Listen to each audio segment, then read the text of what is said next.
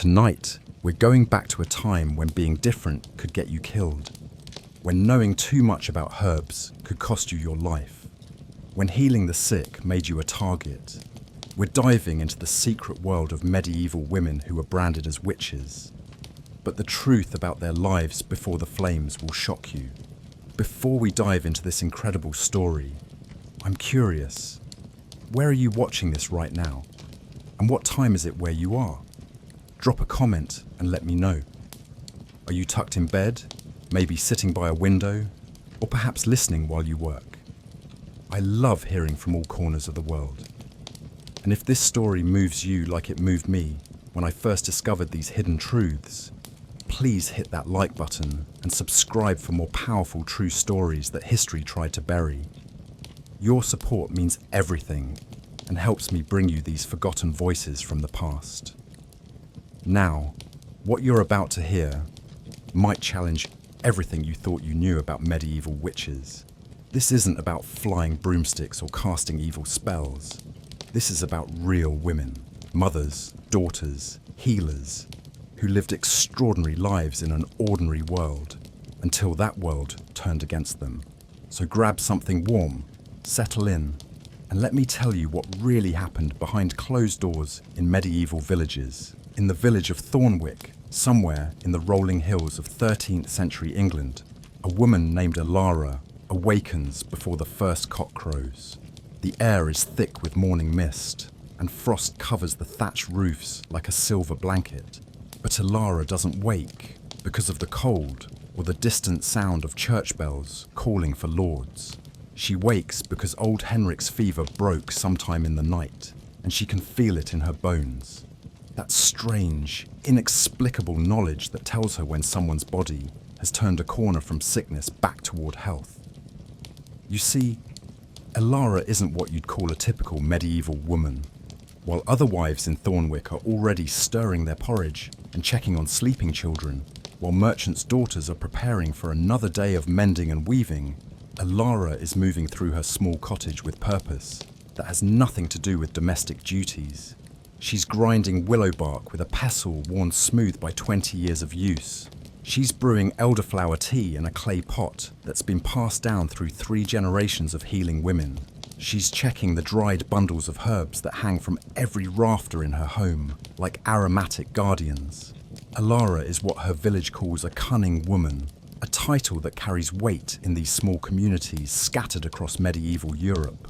She's a healer, a midwife, a keeper of ancient knowledge that flows through her weathered hands like water through cupped palms. But here's what most people don't understand about these women who would later be called witches. They weren't outcasts living in dark forests, brewing mysterious potions in solitude. They were integral, vital parts of their communities. They were the ones you called when your child wouldn't stop crying through the night, when your wife couldn't deliver her baby safely, when mysterious illnesses swept through the village like invisible demons. They were the medieval equivalent of doctors, therapists, pharmacists, and sometimes even veterinarians, all rolled into one remarkable person who worked without formal training, without university degrees, without the blessing of church authorities or royal physicians. They learned through observation, through trial and error, through the accumulated wisdom of countless women who had come before them. Alara's day begins, as it has for the past 20 years, with a careful walk through her garden. This isn't the neat, ordered garden of a noble lady with geometric herb plots and decorative flowers. This is something far more purposeful.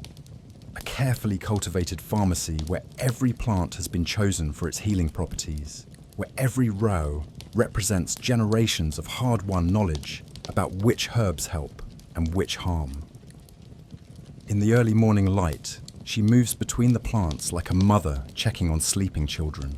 Here grows feverfew, its small white flowers hiding the power to ease the most stubborn headaches.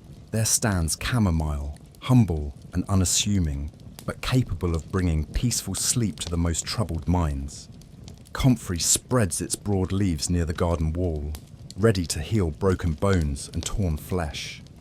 She knows where to find nettle for blood purification, lavender for calming nerves, yarrow for stopping bleeding, and mint for settling rebellious stomachs.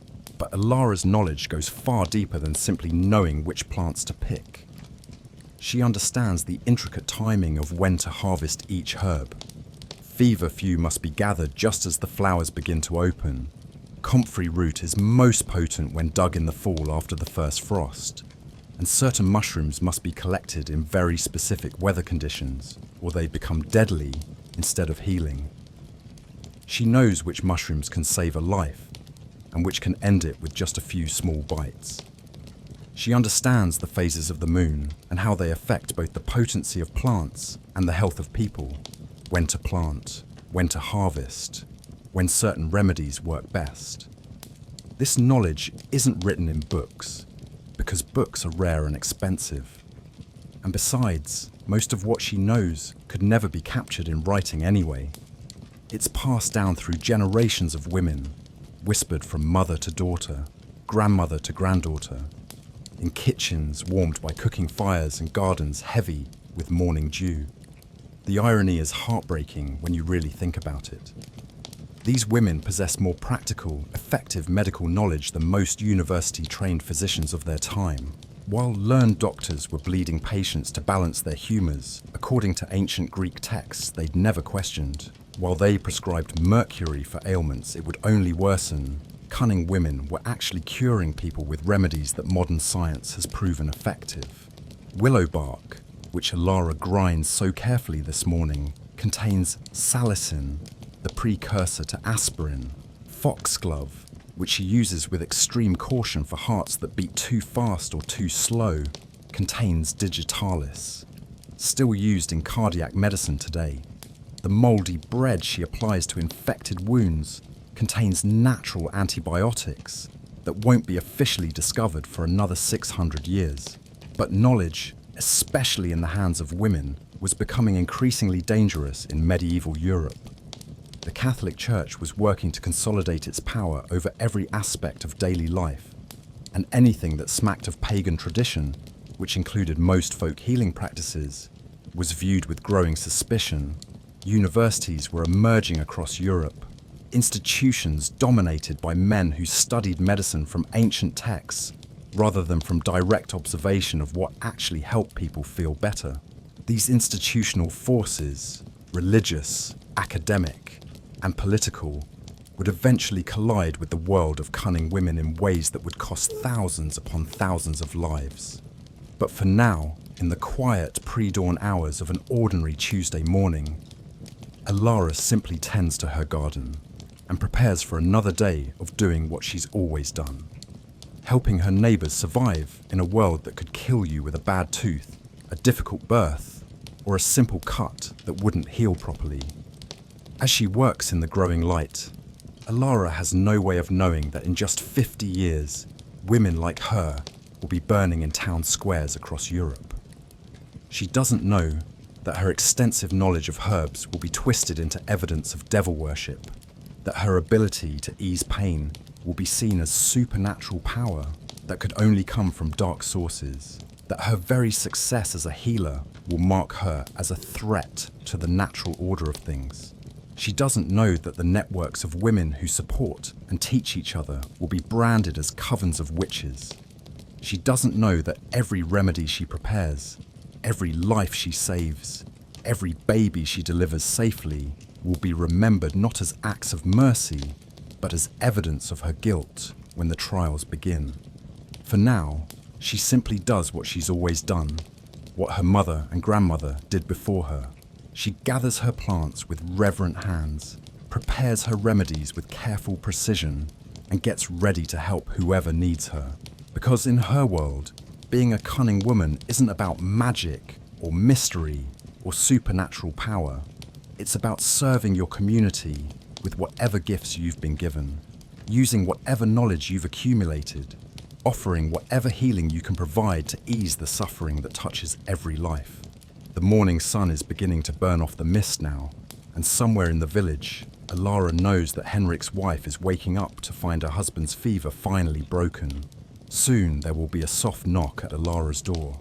and grateful hands will offer payment in the form of fresh bread, a few eggs, perhaps a small piece of cloth. It's not much, but it's enough to keep a cunning woman fed and housed while she continues her work. But the world is changing around women like Ilara, changing in ways that will transform their greatest virtue into their deadliest liability. The forces that will destroy them are already gathering strength, fed by fear, ignorance, and the dangerous notion that women with knowledge are women with too much power. The change will bring fire, and the flames will consume everything these women have built over centuries of careful, compassionate service to their communities. What most people never realized about medieval cunning women, what history books rarely mention and popular imagination completely misses, is that they weren't solitary figures living in isolation, stirring cauldrons alone in dark forest clearings. They formed networks, secret but supportive communities of women who shared knowledge, resources and protection with the kind of fierce loyalty usually reserved for blood relatives. These networks were ancient, predating Christianity in Europe by hundreds, perhaps thousands of years. They were rooted in traditions that stretched back to when people worshipped multiple gods and goddesses instead of a single male deity, when the earth itself was considered sacred, when healing was understood to be as much about spiritual harmony as physical treatment. Think of it like this. While men had their formal guilds for blacksmiths, carpenters, masons, and merchants, official organizations with charters and rules and recognized authority, women had their own informal guilds of healers.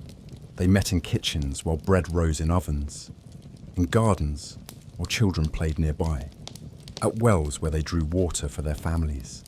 They shared remedies that had worked, discussed difficult cases that had challenged them, and trained younger women in the delicate arts of healing. It was a parallel world of knowledge and power that existed alongside, but completely separate from, the male-dominated structures of medieval society. While men debated theology in universities and made laws in royal courts, women quietly kept their communities alive through their accumulated wisdom about birth, death, illness, and healing. Ilara was deeply embedded in such a network, and it had sustained her for decades. Every few weeks, she would make the journey to visit Meredith, an older woman who lived 2 villages over and specialized in the most difficult births, the ones where babies came feet first, where mothers bled too much, where death lingered at the edges of the birthing room like an unwelcome guest. These visits weren't just professional consultations. They were lifelines that connected Ilara to a world larger than her own village, to knowledge accumulated across generations and geography. Meredith had trained under a woman named Gwyneth, who had learned from her own grandmother, who had been taught by a cunning woman whose name was lost to time, but whose remedies still saved lives 50 years after her death. When Ilara knocked on Meredith's door, she would be welcomed into a cottage that smelled of dried herbs, wood smoke, and the peculiar metallic scent that clings to places where life and death regularly intersect. They would sit by Meredith's fire, sharing what they'd learned since their last meeting, discussing new remedies they'd discovered, debating the best times to plant different herbs, comparing notes about which treatments work best for particular types of people. Sometimes young women would join them, daughters or nieces or village girls who showed the gift for healing.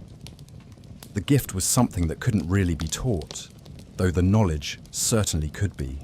It was an intuitive understanding of the human body, an ability to sense illness before symptoms showed, a gentleness of touch that could calm even the most frightened patients.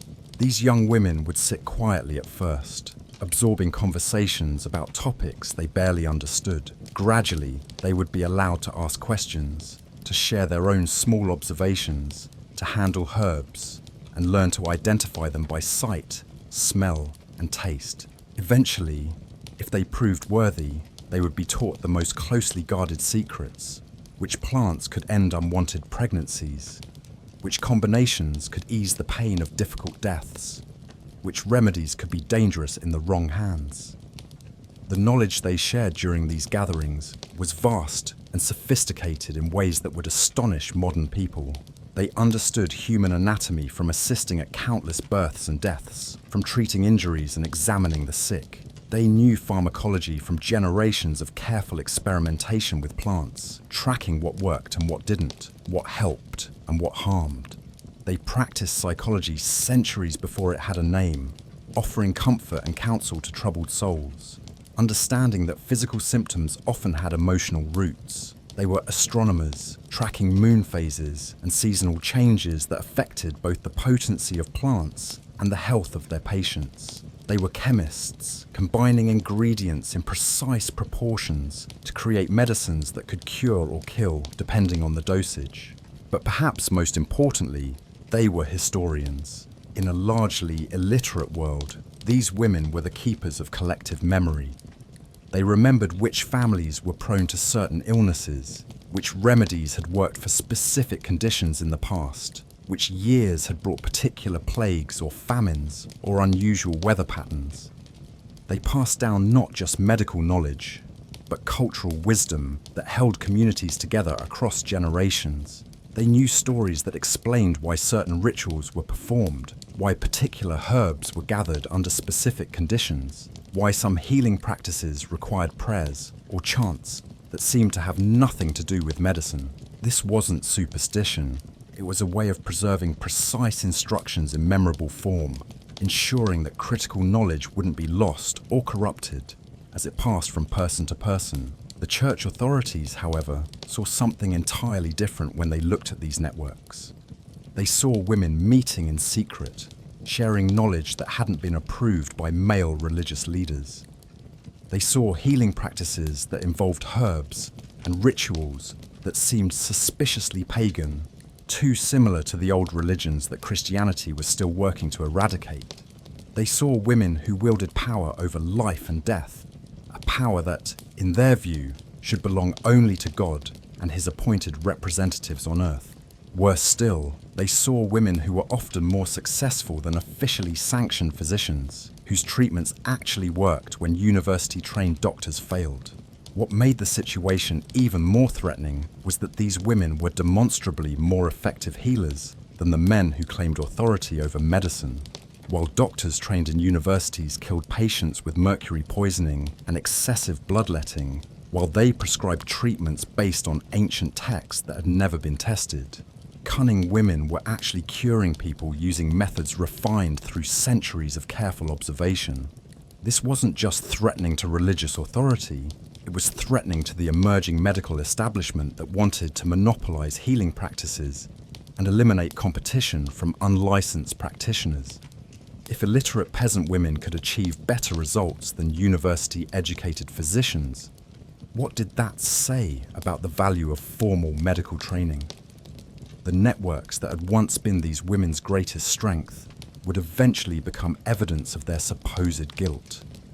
When the witch trials began in earnest, prosecutors would point to these connections as proof of organized devil worship. They would torture confessions out of accused witches, demanding names of other women in their covens. The bonds of sisterhood that had sustained generations of healers became the very threads that prosecutors used to weave webs of conspiracy and condemnation. Women who had supported each other through decades of service to their communities would be forced to choose between betraying their friends or enduring torture that would eventually break them anyway.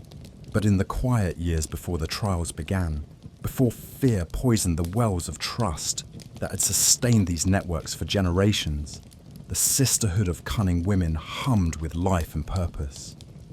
Women like Alara lived rich, meaningful lives, serving their communities with skill and compassion, while supporting each other through the challenges of practicing healing arts in a world that was becoming increasingly hostile to their very existence.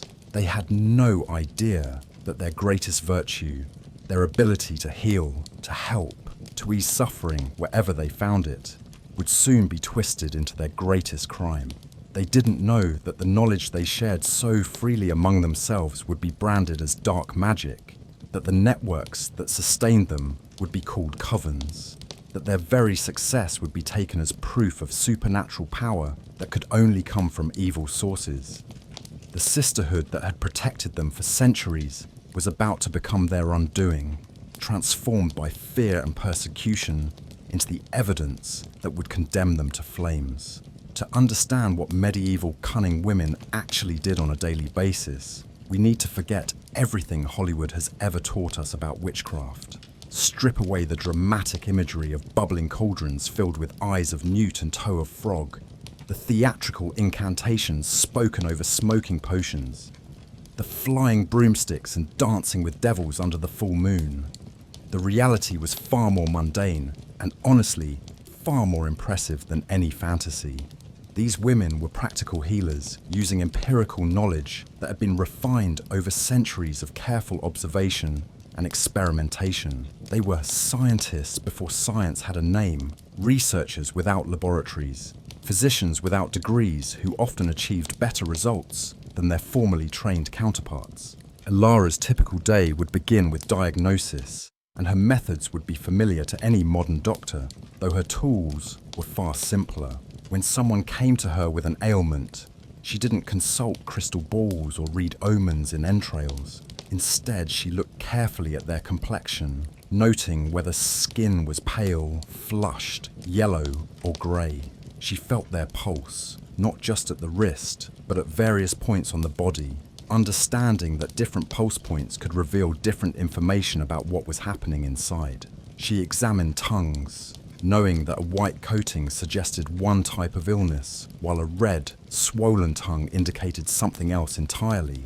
She looked at eyes, checking not just the whites for yellowing that might suggest liver problems, but also how the pupils responded to light, whether the eyes were bright and alert or dull and unfocused.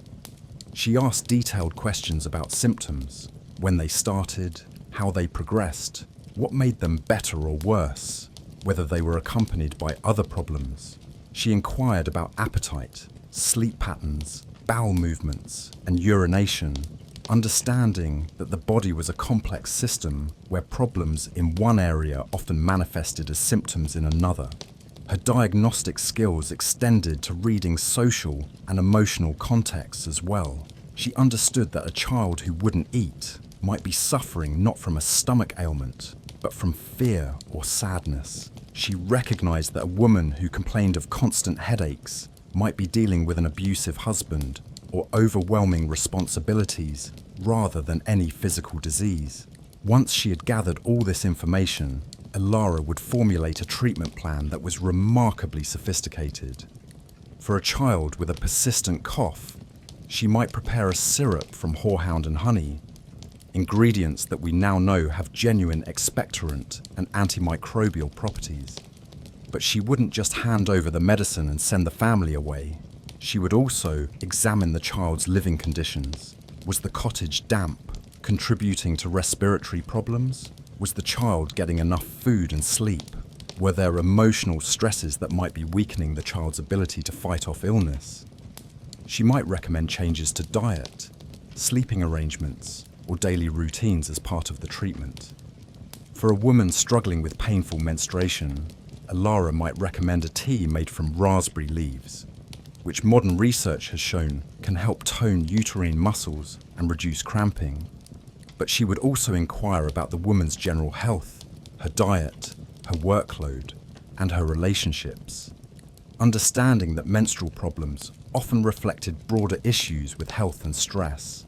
For a man with swollen, painful joints, she might create a poultice from willow bark, that same compound that would eventually become aspirin. But she would also recommend changes to his work habits if she suspected the joint problems were caused by repetitive motions or heavy lifting. But the healing arts involved much more than plant medicine. These women understood the connection between mind and body in ways that wouldn't be formally recognized by medical science for centuries. They knew that fear could worsen illness, that hope could aid recovery, that social isolation could literally kill people even when they had no diagnosable disease. They provided not just physical remedies, but emotional support, practical advice, and community connection. They were often the only people in a village who would listen without judgment to confessions of guilt, fear, or despair. They offered hope to the hopeless. comfort to the grieving, and practical wisdom to people facing impossible situations. Childbirth was perhaps their most important and dangerous specialty. In an era when maternal and infant mortality rates were catastrophically high, when 1 in 10 mothers died in childbirth and 1 in 3 babies didn't survive their first year, cunning women served as midwives, bringing generations into the world with whatever skill and knowledge they could muster. They knew how to turn breached babies in the womb, using external manipulation techniques that are still taught in medical schools today. They could recognize signs of complications before they became fatal. Excessive bleeding, signs of infection, abnormal positioning of the baby that would make delivery impossible. They understood how to ease labor pains with specific herbs and techniques, how to help exhausted mothers find the strength to push, how to clear airways when babies weren't breathing at birth. They knew when to cut the umbilical cord and how to tie it off safely, how to deliver the placenta completely to prevent infection, how to stop bleeding that could kill a new mother within hours. Most importantly, they understood that cleanliness during delivery reduced infections, even though they didn't know about germs in the modern sense. They insisted on clean hands, clean linens, and clean environments for births whenever possible. They knew to isolate mothers who showed signs of infection to prevent spread to other pregnant women. Their obstetric knowledge was particularly threatening to religious authorities. The Bible specifically stated that women should bring forth children in pain as punishment for Eve's sin in the Garden of Eden. Midwives who eased that pain were seen as interfering with God's will, challenging divine judgment with their herbs and techniques. Even worse, from the church's perspective, these women had intimate knowledge of female anatomy and reproduction, knowledge that made male religious leaders deeply uncomfortable. They understood pregnancy, miscarriage, contraception, and abortion in ways that seemed almost supernatural to men who had been taught that women's bodies were mysterious and inherently sinful. The cunning women also served as early veterinarians, and their success with animals added another layer of suspicion to their activities. They understood that animal and human illnesses often had similar causes and could respond to similar treatments. They could cure livestock diseases that would otherwise devastate a family's livelihood, treat injured horses and oxen that were essential for farming, and help breeding animals produce healthy offspring. In agricultural communities, where the death of a cow or horse could mean the difference between survival and starvation, this knowledge was invaluable, but it also fed suspicions about supernatural powers. Anyone who could heal both people and animals with equal success was obviously trafficking with dark forces that normal humans couldn't access. What's most fascinating when you really examine their methods is how sophisticated their diagnostic and treatment approaches actually were. They understood the concept of contagion long before germ theory was developed, often isolating sick individuals to prevent spread of disease to others in the community. They practiced early forms of immunization, deliberately exposing children to mild versions of certain illnesses to protect them from more severe outbreaks later in life. They understood nutrition and prescribed specific foods to treat various conditions. Liver for people who seemed to have blood problems, fresh fruits and vegetables for those who showed signs of what we now know were vitamin deficiencies.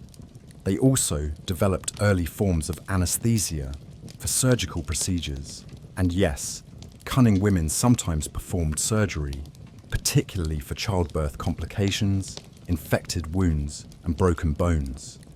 They would use combinations of herbs that could render patients unconscious or at least significantly reduce pain. Mandrake, henbane, and opium poppies were carefully cultivated and precisely administered for this purpose. They understood dosages, timing, and how to combine different substances for maximum effectiveness while minimizing danger to patients. But perhaps their most remarkable skill was psychological healing. In communities regularly traumatized by war, plague, famine, and violence, these women served as informal therapists and counselors. They listened to confessions that people couldn't share with priests, offered comfort to the grieving, provided hope to those who felt abandoned by God and man alike. They understood that healing often required addressing not just physical symptoms, but emotional and spiritual wounds as well. They knew which herbs could calm anxiety, which rituals could help people process grief, which words could restore hope to those who had given up on life. The tragedy is that all of this knowledge, centuries of careful observation, experimentation, and refinement, would be lost in the witch trial hysteria that was coming. Libraries of practical wisdom that existed only in the memories of cunning women would die with them on the pyres. Medical progress would be set back by generations as fear replaced empirical observation, as superstition overcame practical knowledge. But in the years before the trials began, women like Ilara practiced their healing arts with skill, compassion, and remarkable effectiveness. They were the unsung heroes of medieval healthcare, saving lives and easing suffering in ways that wouldn't be matched by official medicine for centuries to come. Their craft was real, their power genuine, and their knowledge vast. And that, ultimately, is what made them so dangerous to the men who would destroy them. The transformation from healer to heretic didn't happen overnight, like a sudden storm breaking over a peaceful village. Instead, it was a slow burn that took decades to fully ignite, fueled by social upheaval, religious paranoia, economic desperation, and political opportunism that swept across Europe like a plague more devastating than any disease. Women like Ilara lived through the early stages of this transformation, watching helplessly as their world gradually turned hostile to everything they represented, everything they had dedicated their lives to preserving and protecting. The first signs were subtle, easy to dismiss as temporary setbacks rather than harbingers of catastrophe. Priests began preaching more frequently about the dangers of folk magic and pagan practices, warning their congregations against seeking help from anyone who hadn't been officially sanctioned by church authorities. University-trained physicians started petitioning local authorities to restrict unlicensed healing, arguing that untrained practitioners posed dangers to public health. The Inquisition, originally designed to root out religious heretics who challenged Catholic doctrine, began expanding its definition of heresy to include traditional healing practices that seemed to draw on pre-Christian traditions. What had once been tolerated as harmless folk customs was suddenly being scrutinized for evidence of devil worship. But these were gradual changes, and life in medieval villages moved slowly. People had been consulting cunning women for generations, and old habits died hard. Many villagers continued to seek help from traditional healers, while also attending church services, seeing no contradiction between Christian faith and practical medicine. The real catalyst for change was crisis. Multiple, devastating crises that shattered medieval society's foundations and left people desperate for someone to blame. The 14th century brought catastrophes that seemed almost biblical in their scope and destruction. The Black Death, which struck Europe between 1347 and 1351, killed an estimated 1/3 of the continent's entire population. Entire villages were wiped out, leaving behind only empty houses and unburied corpses. Families that had lived in the same place for generations were reduced to a handful of survivors who wandered the countryside looking for somewhere that would take them in. The plague was followed by famine that devastated crops for consecutive years, leaving those who had survived disease to face starvation. Wars ravaged the countryside as kingdoms fought over territory and resources that were increasingly scarce. The Catholic Church itself faced unprecedented challenges to its authority from reform movements, political upheavals, and competing claims to papal legitimacy. In times of such profound suffering, people desperately needed explanations that made sense of their pain. They needed someone to blame for disasters that seemed too vast and terrible to be natural occurrences. And they needed hope that the suffering could be stopped if only the right actions were taken. Cunning women found themselves caught in an impossible trap. When they successfully treated plague victims or helped communities survive famines through their knowledge of nutrition and herbal medicine, they were suspected of possessing supernatural powers that could only come from dark sources. How else could mere mortals achieve such remarkable results in the face of God's obvious wrath? When they failed to prevent disasters, when their patients died despite treatment, when their remedies couldn't stop the spread of disease, they were accused of causing the problems through malevolent magic. Their very expertise, their decades of accumulated knowledge and successful practice, made them targets of suspicion rather than objects of gratitude. The legal framework for systematic persecution was already being constructed. The Malleus Maleficarum, or Hammer of Witches, published in 1487 by two Dominican monks named Heinrich Kramer and Jacob Sprenger, provided detailed instructions for identifying, prosecuting, and executing witches. This book, which would become a bestseller second only to the Bible in popularity, specifically targeted women and described female sexuality and independence as inherently evil. The Malleus argued that women were more susceptible to demonic influence because they were naturally weaker in both body and mind, more prone to emotions and superstition, and less capable of resisting temptation. It provided specific methods for extracting confessions through torture, detailed descriptions of supposed witches' practices, and legal justifications for executing anyone found guilty of practicing witchcraft. Local authorities found witch trials economically attractive for reasons that had nothing to do with justice or religious purity. Accused witches had their property confiscated by the state, providing much-needed revenue for cash-strapped towns and regions struggling with the economic aftermath of plague, famine, and war. Successful witch hunters could make entire careers out of moving from place to place, identifying supposed witches and collecting fees for their services. Justice became a profitable enterprise that incentivized finding guilt rather than innocence, that rewarded accusations rather than careful investigation. The emerging medical establishment also played a crucial role in the persecution of traditional healers. University-trained physicians, threatened by the success and popularity of cunning women, actively supported efforts to criminalize unauthorized medical practice. They framed the issue as a matter of protecting public health from dangerous quackery, but their real motivation was eliminating competition from women whose empirical knowledge often surpassed their own theoretical training. These physicians had invested years and significant money in their education, only to find that illiterate peasant women could achieve better results with simple herbs and practical experience. Rather than learning from these women or acknowledging the value of their knowledge, the medical establishment chose to destroy them entirely. Social tensions within communities made the situation even more volatile and dangerous. In tight-knit villages where everyone knew everyone else's business, where families had lived as neighbors for generations, long-standing grudges and petty jealousies could suddenly explode into accusations of witchcraft. A failed harvest could be blamed on a neighbor's supposed curse.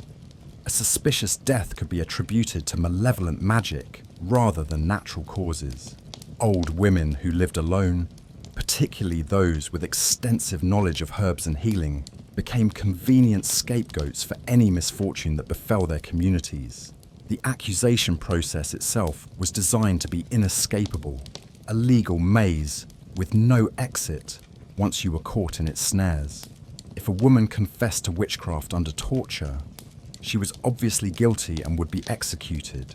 If she maintained her innocence despite torture, she was clearly lying and would be tortured more severely until she confessed or died in the process. Physical evidence was entirely subjective and could be found on virtually anyone if you looked hard enough. Birthmarks became devil's marks, scars from accidents became signs of ritual scarification, and even the ability to float in water, which most people can do naturally, was considered evidence of demonic protection.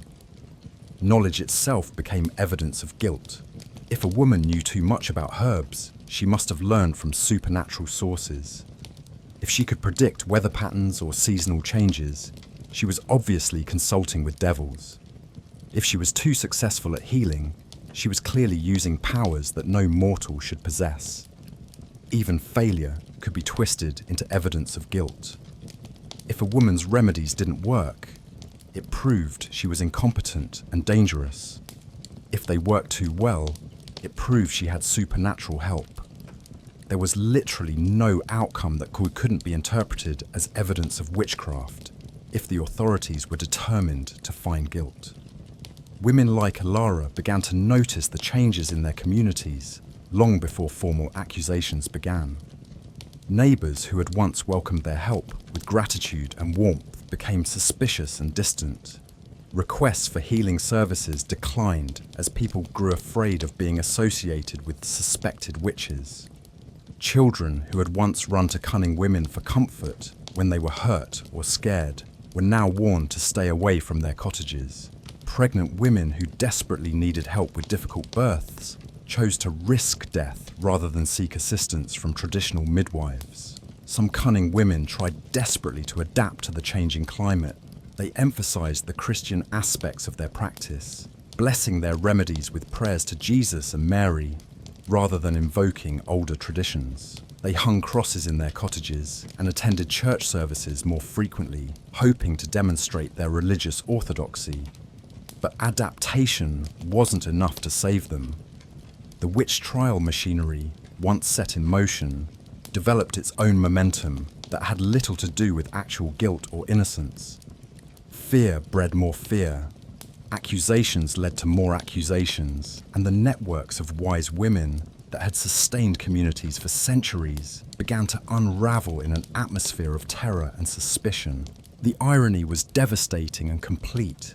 Just as Europe was emerging from the medieval period into what would later be called the Renaissance, an age supposedly dedicated to reason learning and human advancement, it was simultaneously destroying one of its most valuable repositories of practical knowledge and empirical wisdom. The very women who had kept their communities alive through plagues and famines, who had brought countless children safely into the world, who had eased the suffering of the sick and dying for generations, were being branded as enemies of humanity and servants of evil. For women like Alara, who had lived their entire lives in service to others, who had dedicated themselves to healing and helping anyone who needed them, the approaching storm must have been incomprehensible. How could healing be evil? How could knowledge be dangerous? How could serving your community with compassion and skill make you an enemy of God? They would learn the terrible answers to these questions in the flames that were already being lit across Europe. The witch trials were coming, and no amount of wisdom, innocence, or decades of faithful service would be enough to save them. The storm was gathering on the horizon, and it would wash away their world in blood and fire, leaving behind only ashes and the bitter memory of knowledge lost forever. By the early 1500s, the world that had sustained cunning women for countless generations was collapsing around them like a house built on sand.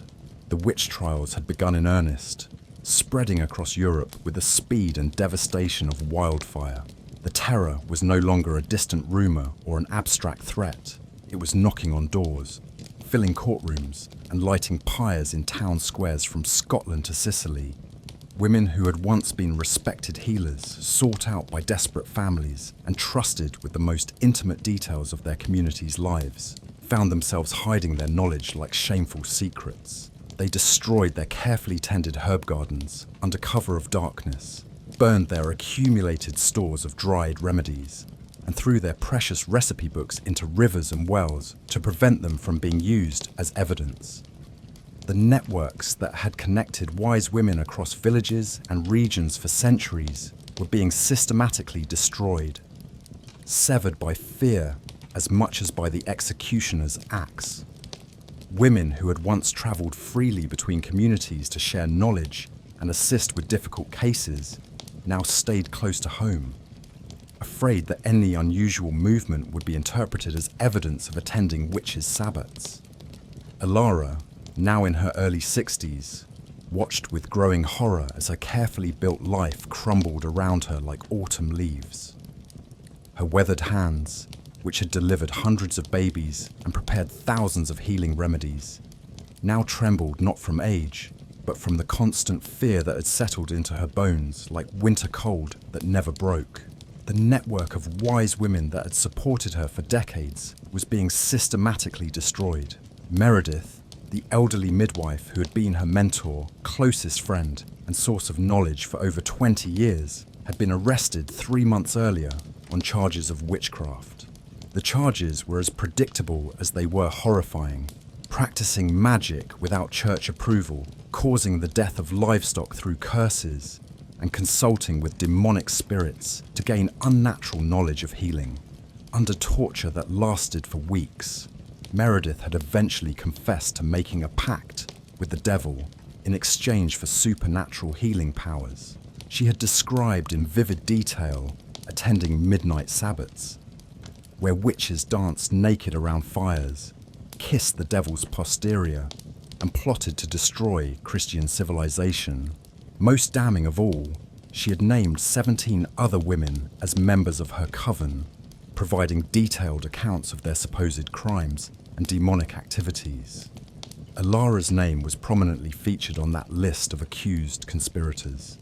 The confession had been extracted through methods designed to break both body and spirit. Meredith had been stripped naked and examined for devil's marks, any mole, scar, or blemish that could be interpreted as a sign where Satan had touched her body. When examiners found a small birthmark on her shoulder, it was declared proof of her demonic allegiance. She had been subjected to the water ordeal, bound hand and foot, and thrown into the village pond. When she floated, as most people do naturally, it was taken as evidence that the devil was protecting her from drowning. When subsequent dunking sessions nearly killed her, her survival was attributed to supernatural intervention rather than human resilience. Sleep deprivation, starvation, and psychological manipulation had been combined with physical torture to break down her resistance. The strappado had dislocated her shoulders and wrists. Leg screws had slowly crushed the bones in her feet. The iron boot had been tightened until her ankles were pulverized. Through it all, her interrogators had assured her that confession would bring mercy, while continued denial would only result in more creative forms of agony. When Meredith finally broke and told them what they wanted to hear, providing the detailed confession that confirmed all their suspicions about organized devil worship, she had sealed not only her own fate, but the fate of every woman she named. The witch trial machinery had a terrible efficiency. Each confession led to new accusations. Each new accusation led to new arrests. And each new arrest led to new confessions extracted through torture. The accusation against Alara came on a Tuesday morning in early spring. She had been in her garden, gathering the first tender shoots of nettle for a blood-purifying tonic she was preparing for the blacksmith's wife, when she heard the sound of horses approaching her cottage. Looking up from her work, she saw the village constable accompanied by 2 armed men wearing the colours of the regional magistrate. Her heart began to pound as she watched them dismount and approach her garden gate. She had been expecting this moment for months, ever since news of Meredith's arrest had spread through the surrounding villages. She had known that her name would be mentioned under torture, that her decades of friendship and professional collaboration with the accused midwife would be twisted into evidence of joint participation in diabolic conspiracies. The charges were read aloud for the benefit of the small crowd that gathered to watch the proceedings. The formal language was heavy with legal terminology, but the essence was simple and damning. Alara was accused of practicing witchcraft, communing with demons, causing harm through supernatural means, and corrupting the Christian faith through pagan rituals and devil worship. The evidence against her was as devastating as it was mundane, constructed from the ordinary details of her daily life that had suddenly been reinterpreted through the lens of supernatural paranoia. She owned books, in itself highly suspicious for a woman, particularly one who wasn't wealthy or noble. The fact that she could read was taken as evidence of unnatural intelligence that could only have been granted by demonic sources. She had been seen gathering herbs by moonlight, obviously for dark magical purposes, rather than the practical reason that many plants are most potent when harvested at specific times. Witnesses testified that she had been observed talking to animals, particularly the cats, that helped keep her cottage free of mice and rats. The fact that the animals seemed to understand and respond to her was clearly evidence of familiar spirits taking animal form. Multiple births she had attended had resulted in healthy babies and surviving mothers, an outcome that was far from guaranteed in medieval times. Rather than being celebrated as evidence of her skill and knowledge, these successes were presented as proof of supernatural intervention. How else could a mere mortal woman achieve such remarkable results unless she had made bargains with dark powers? Even more damning, a cow belonging to a neighbouring farmer had died after Ilara had examined it and declared that she couldn't save it. The farmer testified that she had refused to treat the animal because he couldn't pay her asking price, and that the cow had sickened and died within days of her refusal. This was presented as clear evidence of her ability to cause harm through malevolent magic when she didn't get her way. Most devastating of all, she had been specifically named by Meredith as a member of the Devil's Congregation. Under oath and repeated questioning, the tortured midwife had provided detailed descriptions of sabbats where Ilara had allegedly participated in obscene rituals, danced naked before Satan himself, and received instructions for preparing poisons and casting harmful spells. The trial that followed was a grotesque parody of justice, a carefully choreographed performance designed to legitimize a predetermined outcome. Ilara was first stripped naked and subjected to a thorough examination for devil's marks. Every mole, scar and blemish on her aging body was catalogued and interpreted as evidence of demonic contact. A small scar on her hand from a childhood accident was declared to be a mark where the devil had drawn blood to seal their pact.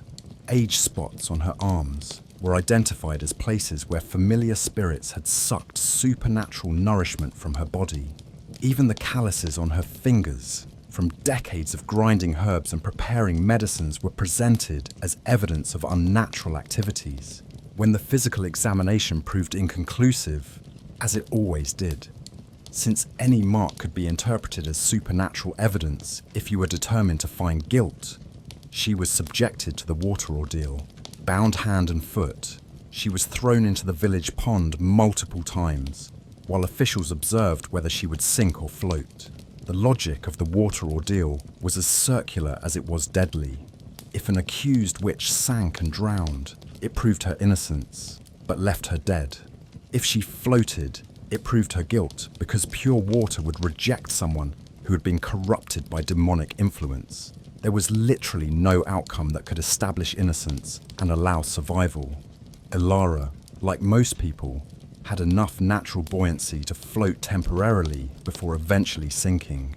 This brief floating was taken as clear evidence of supernatural protection, proof that she had indeed made pacts with devils who were shielding her from the purifying effects of blessed water.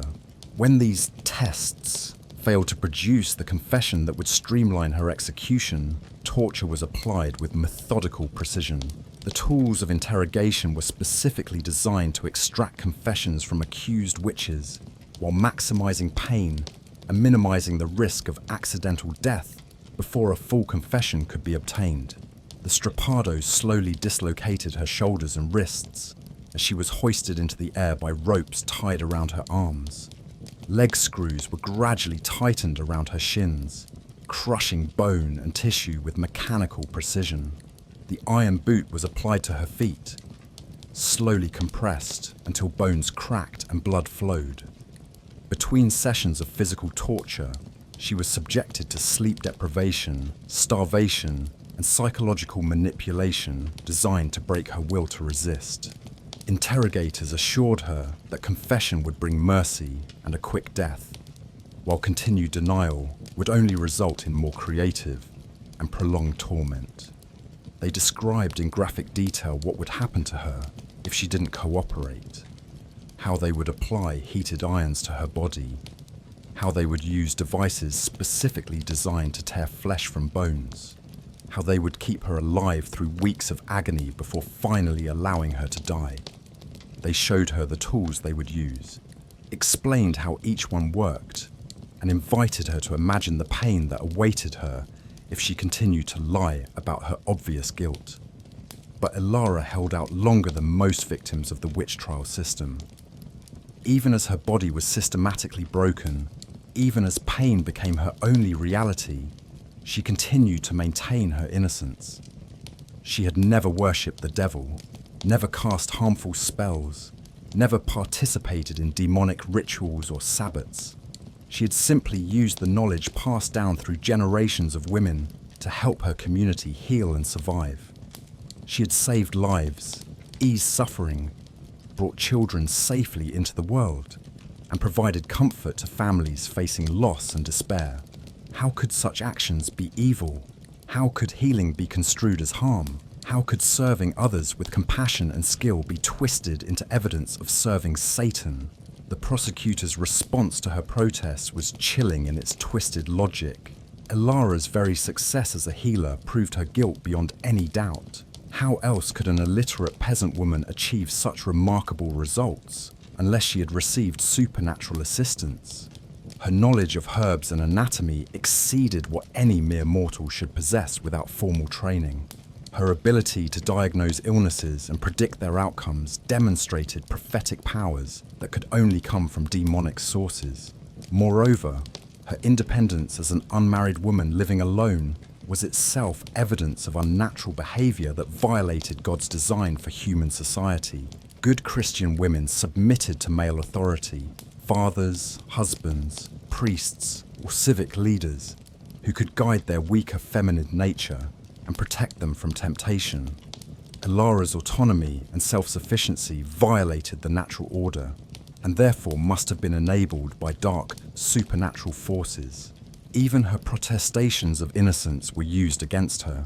Truly repentant sinners confessed their crimes and begged for mercy. Only someone still under demonic influence would continue to deny obvious guilt in the face of overwhelming evidence. Her resistance to confession proved that Satan still held power over her soul, making her torture not just justified, but necessary to save her from eternal damnation. After weeks of systematic torture that left her barely recognizable as the vibrant healer she had once been, Ilara's body and spirit finally broke under pressure that no human being could reasonably be expected to withstand.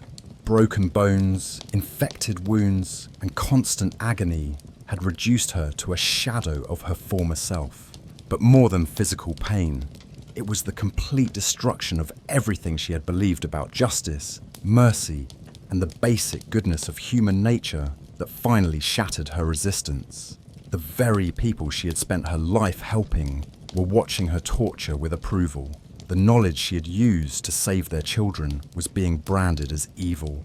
The community she had served with dedication and love had turned against her with vicious enthusiasm. In a voice barely above a whisper, through lips cracked and bleeding from dehydration and trauma, Ilara finally gave them what they wanted to hear. She confessed to making a pact with Satan in exchange for supernatural healing powers. She described attending sabbats where witches gathered to worship the devil and plot against Christian civilization. She provided detailed accounts of preparing poisons, casting harmful spells, and causing the deaths of people and animals through malevolent magic. The words tasted like poison in her mouth, each false confession feeling like a betrayal of everything she had stood for throughout her life. But the alternative was more torture than her broken body could endure, and she no longer had the strength to maintain her innocence against accusers who were determined to find her guilty, regardless of truth. The confession allowed for one final, twisted mercy. Because Ilara had finally repented of her sins and acknowledged her crimes against God and humanity, she would be shown compassion.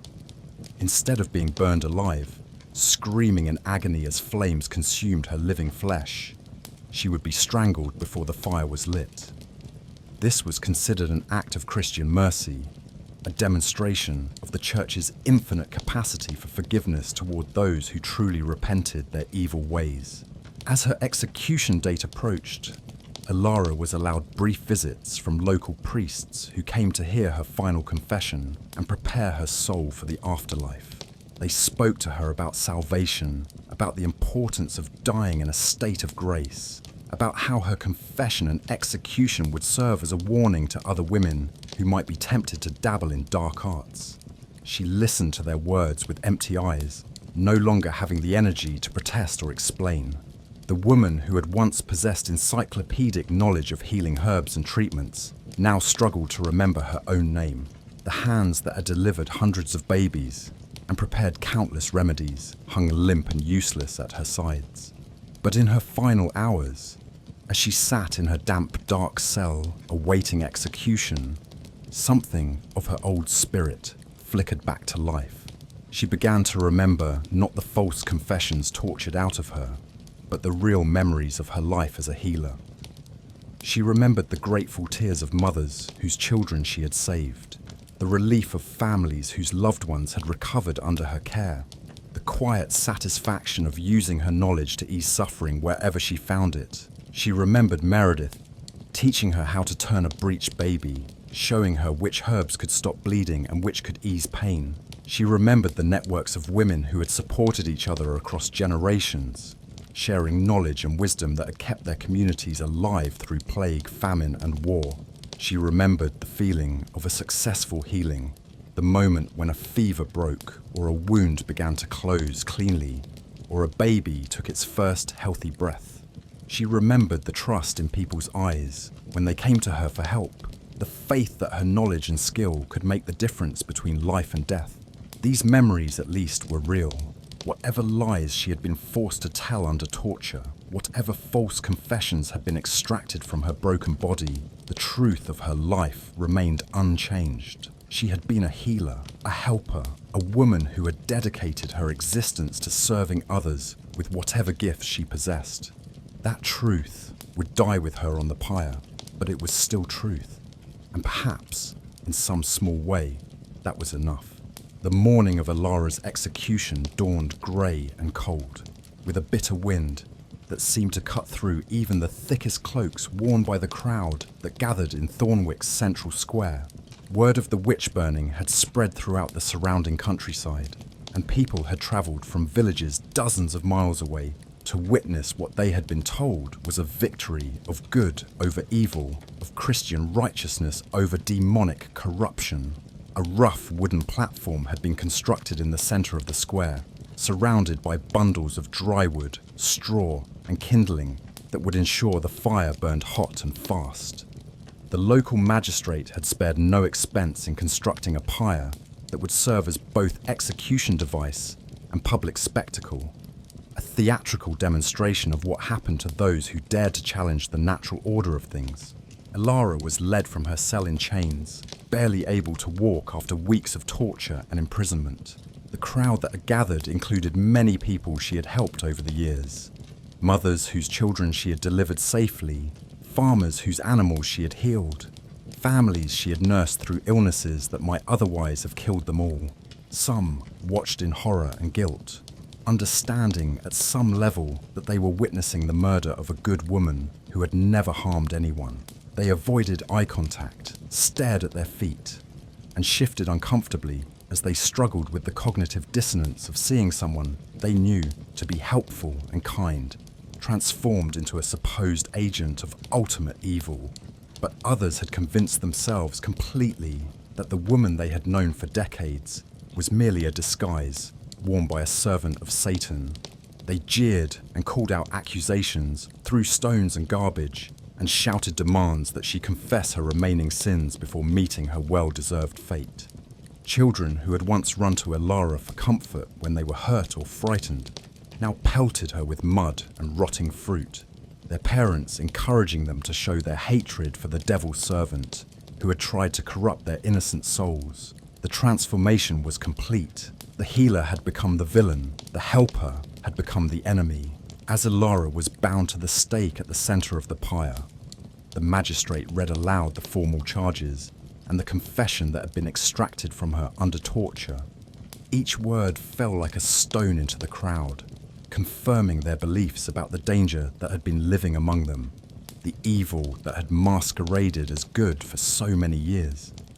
The priest who had been assigned to oversee her spiritual preparation stepped forward to offer last rites and final opportunities for confession. He spoke about salvation and redemption, about the mercy that God showed to even the most wicked sinners who truly repented their crimes against heaven and earth. Alara looked out at the crowd with eyes that had seen too much, understood too much, lost too much to hold any hope for human justice or divine mercy. She had been broken by torture, betrayed by her community, and condemned by a system that had transformed her greatest virtues into evidence of her supposed crimes. But in her final moments, something of her old dignity reasserted itself. When asked if she had any final words, she spoke in a voice that was weak but clear, carrying across the square to reach even those at the back of the crowd. "I have spent my life healing," she said simply. "I have brought children into this world, eased the suffering of the sick, and helped families through their darkest hours. If that is evil in your eyes, then I do not understand your definition of good." The crowd stirred uneasily at these words, but the magistrate quickly moved to complete the execution before any doubts could take root. The executioner placed the rope around Alara's neck and, with what was considered merciful efficiency, strangled her before the torches were applied to the kindling. As the flames rose around her body, they consumed more than just the physical remains of one woman. They consumed centuries of accumulated knowledge about healing and herbalism. They consumed networks of mutual support among women that had sustained communities through countless crises. They consumed trust between neighbors and faith in the possibility that knowledge could be used for good rather than evil. The fire that burned Alara's body was just one of thousands that would burn across Europe over the next 2 centuries. Historians estimate that between 40,000 and 60,000 people were executed during the witch trial period, with roughly 80% of them being women. Most were accused not because they had harmed anyone, but because they possessed knowledge, independence, or influence that threatened established power structures. The systematic destruction of cunning women represents one of history's greatest losses of practical knowledge and empirical wisdom. These women were the keepers of medical understanding that had been refined over centuries through careful observation and experimentation. Their elimination set back medical progress by generations and left communities vulnerable to diseases and conditions that had previously been treatable. But perhaps the greatest tragedy was the loss of a different way of thinking about healing, one that emphasized observation over authority, compassion over control, and practical results over ideological purity. The cunning women understood that healing was about more than just treating symptoms. It was about caring for the whole person within their community context, addressing not just physical ailments, but emotional and spiritual needs as well. As Alara's ashes scattered in the wind, they carried with them the end of an era. The secret world of medieval wise women was gone forever, destroyed by fear, greed, and the systematic persecution of female knowledge and power. The light that had guided communities through their darkest hours had been extinguished, leaving behind only darkness and the acrid smell of smoke. The witch trials eventually ended, not because of enlightened thinking or moral progress, but because they had served their purpose. By the late 1600s, traditional healing networks had been destroyed, female autonomy had been crushed, and medical authority had been transferred to male-dominated institutions. The threat that cunning women posed to established power structures had been eliminated through systematic terror and murder. But the legacy of these remarkable women didn't vanish entirely. It went underground, hidden in folk remedies passed down through families who were careful not to call attention to their knowledge. It survived in the quiet practices of midwives who learned to work without fanfare, in the traditions of herb gardens maintained by women who no longer dared call themselves healers. The wisdom survived, but fragmented and diminished, like a great library destroyed by fire, with only scattered pages remaining to hint at the vast knowledge that had been lost. Modern medicine, ironically, has spent centuries rediscovering what cunning women knew intuitively. The active compounds in their herbal remedies form the basis for many modern pharmaceuticals. Their understanding of the mind-body connection prefigured psychosomatic medicine by hundreds of years. Their emphasis on cleanliness and isolation during infectious disease outbreaks anticipated germ theory by centuries. Their holistic approach to healing, treating patients as complete human beings rather than collections of symptoms, has been rebranded in contemporary medicine as patient-centered care and presented as a revolutionary new approach to healthcare. What they understood instinctively about the importance of emotional support, community connection, and treating root causes rather than just symptoms is now being rediscovered and validated by modern research. The feminist movement of the 20th century reclaimed the witch as a symbol of female power and knowledge, recognizing that the witch trials were fundamentally about controlling women who dared to live independently and practice healing arts. Modern Wicca and neo-pagan movements have attempted to reconstruct the spiritual traditions that sustained these women, though most practitioners acknowledge that the original practices were largely lost with their practitioners.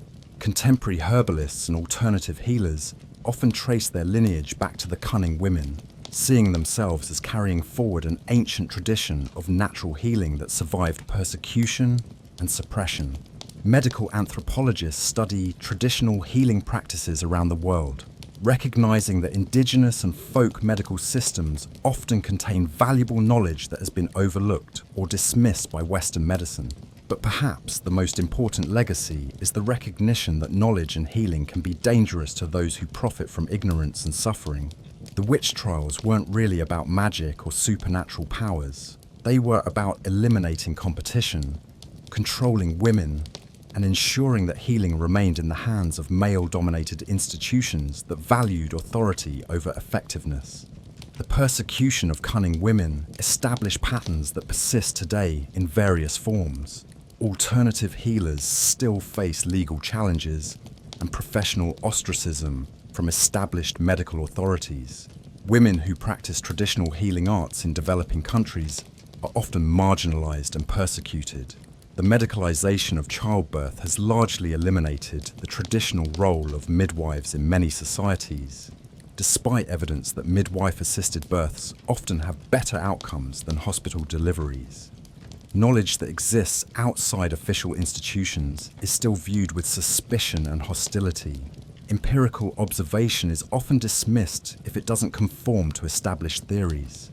Women who challenge medical orthodoxy or offer alternative approaches to healing continue to face skepticism and attacks on their credibility.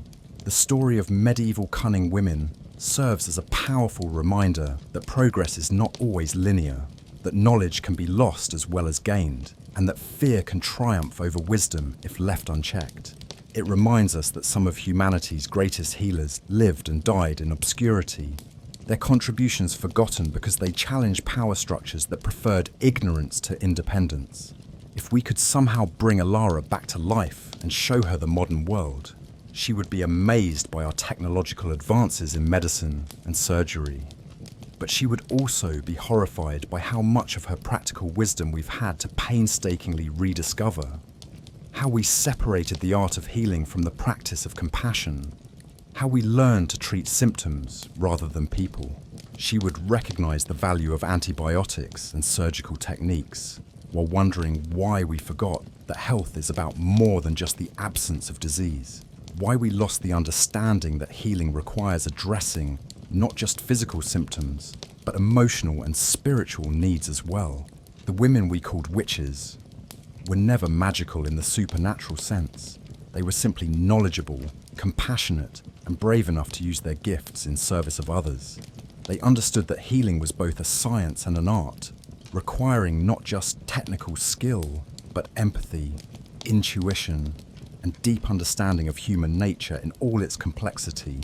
Their secret world was one where women could be powerful without being threatening, where knowledge was shared rather than hoarded, where healing was considered the highest calling rather than a profitable industry. It was a world we destroyed in our fear and ignorance, and one we've been struggling to reconstruct ever since. Tonight, as you drift off to sleep, perhaps you'll spare a thought for these forgotten healers.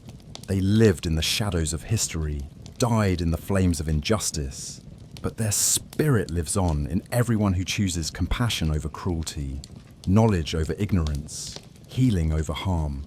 They were the secret guardians of medieval communities, and their legacy reminds us that the most powerful magic of all is simply caring enough to help others when they need it most. In a world that still struggles with fear, superstition, and the persecution of those who dare to heal outside accepted channels, their story remains as relevant and necessary as ever. The wise women are gone, but their wisdom endures in fragments and whispers, waiting to be remembered, honored, and perhaps someday fully restored. They deserved better than they received, and their memory deserves better than the silence that has surrounded their sacrifice for far too long. Sleep well and remember their names, even though history forgot to record them. Remember their knowledge, even though it was branded as evil.